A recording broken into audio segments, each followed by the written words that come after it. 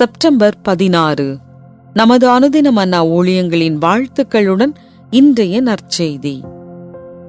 இயேசுவைப் போல. இன்றைய வேத வாசிப்பு ரோமர் 12ஆம் அதிகாரம் முதல் 2 வசனங்கள்.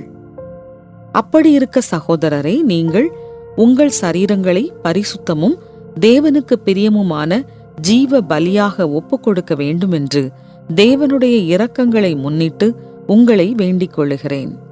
இதுவே நீங்கள் செய்யத்தக்க புத்தியுள்ள ஆராதனை. நீங்கள் இந்த பிரபஞ்சத்திற்கு ஒத்த வேஷம் தெரியாமல் தேவனுடைய நன்மையும் பிரியமும் பரிபூரணமுமான சித்தம் இன்னதென்று பகுத்தறியத்தக்கதாக உங்கள் மனம் புதிதாகிறதுனாலே மறுரூபமாகுங்கள்.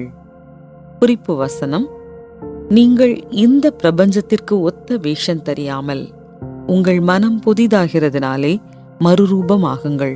ரோமர் 12:2.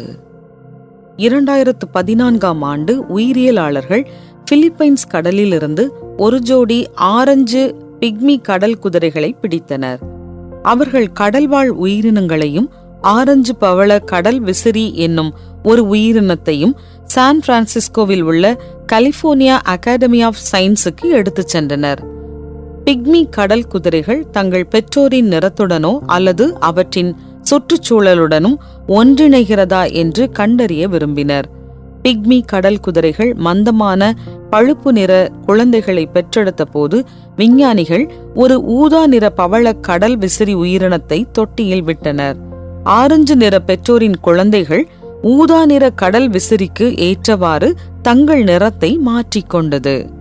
அவைகளுக்கு இயல்பாகவே இருக்கும் பலவீனமான சுபாவத்தை சூழ்நிலைக்கு ஏற்றவாறு நிறம் மாற்றிக்கொள்ளும்படி தேவன் கொடுத்த திறனை கொண்டு மாற்றியமைத்துக் கொண்டது. சூழ்நிலையோடு ஒத்துப்போவது என்பது அவசியப்படக்கூடிய ஒரு சுபாவம். இருப்பினும் ரட்சிப்பை பெறவும் நாம் எப்படி வாழ்கிறோம் என்பதன் மூலம் உலகில் தனித்து நிற்கவும் தேவன் நம் அனைவருக்கும் அழைப்பு கொடுக்கிறார். நம்முடைய வாழ்க்கையின் ஒவ்வொரு அம்சத்திலும் தேவனை கனப்படுத்தும்படிக்கு கிறிஸ்தவ விசுவாசிகளை அப்போஸ்தலனாகிய பவுல் வலியுறுத்துகிறார்.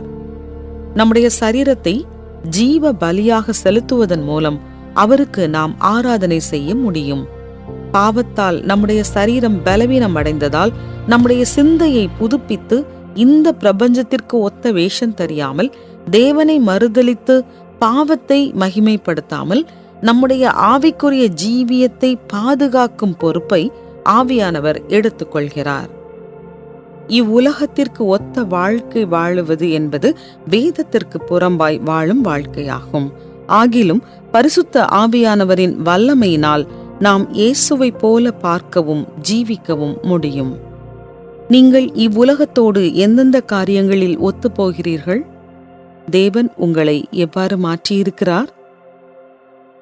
அன்பான தேவனே, ஒவ்வொரு நாளும் என்னை இயேசுவைப் போலவே மாற்றும். ஆமென்.